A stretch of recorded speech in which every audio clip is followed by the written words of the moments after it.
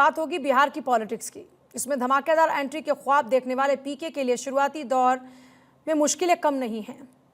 2 अक्टूबर को जब राजनीतिक रणनीतिकार और जनसुराज के संस्थापक प्रशांत किशोर ने अपनी पार्टी का गठन किया, तब लोगों को ये उम्मीद थी कि वो बिहार की राजनीति में बदलाव लेकर आएंगे। पार्टी की स्थापना के दौरान उन्होंने कहा था कि उनकी पार्टी में सब कुछ पारदर्शी तरीके से होगा और उनके सारे फैसले जनता के लिए और जनता के द्वारा लिए जाएंगे। इस बीच सोशल मीडिया पर प्रशांत किशोर का एक वीडियो तेजी से वायरल हो रहा है। वीडियो के वायरल होने के बाद लोग प्रशांत किशोर पर सवाल दाग रहे हैं। दरअसल प्रशांत किशोर एक बैठक में नारा लगाने वालों की गर्दन काटने की बात कह रहे हैं। चुनाव मैदान में उतरने से पहले पीके की सभा में बवाल, नारेबाजी, कुर्सियां चली। देर रात तक प्रत्याशी का नाम नहीं फाइनल हुआ। बीती 2 अक्टूबर को राजनीतिक पार्टी के रूप में वजूद में आई जनसुराज की सभा में देर रात जमकर बवाल हुआ। खास बात यह है कि बवाल प्रशांत किशोर की मौजूदगी में हुआ। मन से पीके कहते रहे, देखिए ऐसा मत कीजिए, हम दबाव में काम नहीं करते। वहीं उनकी बातों की अनदेखी हुई और मुस्लिम समुदाय से ताल्लुक रखने वाले 2 उम्मीदवारों के समर्थक अपने अपने नेता के समर्थन में नारेबाजी में जुट गए।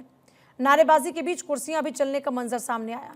नतीजतन बेलागंज विधानसभा उपचुनाव में जनसुराज से किसी प्रत्याशी का नाम फाइनल किए बगैर ही पीके मंच से उतरकर ये कहते हैं कि अब प्रत्याशी के नाम की घोषणा शनिवार को 11 बजे प्रेस कॉन्फ्रेंस के जरिए ही हो गई।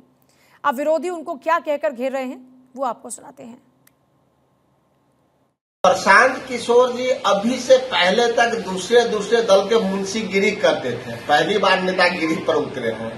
एक ही सीट में पसीना छूट रहा है, लेकिन किसको उम्मीदवार बनाए। आने वाले समय में देखिएगा, ये तो उपचुनाव है। जब मुख्य चुनाव यानी कि 2025 का विधानसभा चुनाव जब बीतेगा तो प्रशांत किशोर जी का नाम और निशान नहीं रहेगा, चूंकि वो झेल ही नहीं पाएंगे।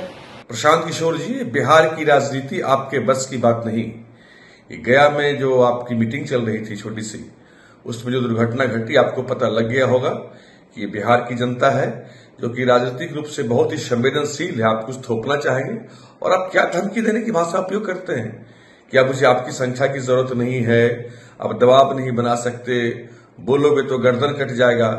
इस तरह की भाषा से परहेज करना चाहिए अगर आप राजनीतिक जीवन में आए हैं। कुछ लोग राजनीति में शोर मचा रहे थे और बिहार की राजनीति में उनको अपनी हैसियत पता चल गया।